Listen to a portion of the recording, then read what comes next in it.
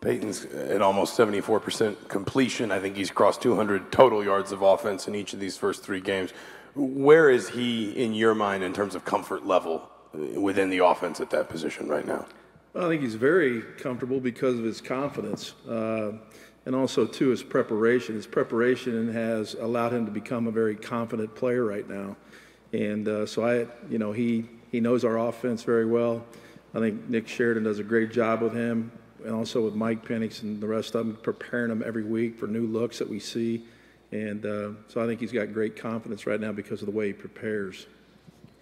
What's been valuable about what Ronnie Walker showed you on Saturday and what he could potentially provide to the backfield, especially as you kind of try to keep Stevie Scott fresh? Yeah, I just thought that Ronnie really played fast. I thought that was really the fastest I've seen him. And I think he just, because he's learning things, I think he felt comfortable out there and he went and played at his speed.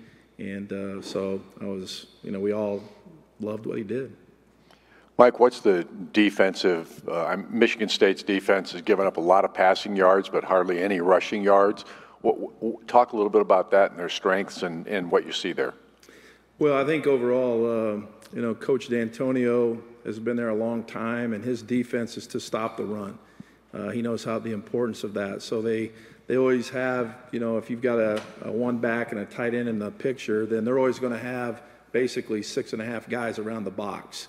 And so they do a good job with the run game. And then, really in both games, I thought Utah State did a little bit better job attacking in the throw game stuff. And so they had some things that were there, and they went up with, one-on-one matchups and won those. And so that's what we've got to do, Don, is we've got to, in the run game and the throw game, we've got to win our one-on-one matchups. And we just did not last year win enough of them.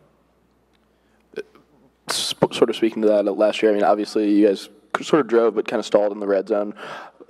What goes into finishing those drives against the Michigan State team this week? Is it a mindset? Is it an execution thing? Is it kind of a mix of both? Well, I think so far we've been good in the red zone, and I think that we have great confidence right now, but it comes down to execution. You have to execute, and it's not a hard game really. It's just you've got to do what your job is, and you got to do it to your best of your ability, and we got to make plays down there. You talked about the way Ronnie ran. Obviously, Stevie's had a couple good weeks here. I mean, have you ever been in a situation where you could wind up with 2 freshmen featuring so prominently in the running back rotation? No, never. Never have had that. But it's a good thing. I mean, we've got depth there, and we're glad we have the depth. So those 2 guys are, they're guys that have great talent, and they continue to learn, and they're really doing a good job for us. Yeah, Mike, we mentioned Peyton's completion percentage, and I think Mike's at 80 still. You guys are at 75% completion through 3 games. You've coordinated and orchestrated a lot of offenses. Have you ever seen that through 3 games have a completion percentage that high? Not that high, no. And I think I feel like, number one, our plans have been really good, and I give the credit to our offensive coaches. Those guys, all of them, contribute to the game planning. And then also, too, the coaching of it on the practice field, that has to go over to the games. And so right now I feel like, and I heard the question earlier about, getting the ball to Wap a little bit more, but it's hard in the throw game because of multiple coverages. You just don't see one coverage and you can go attack it all the time.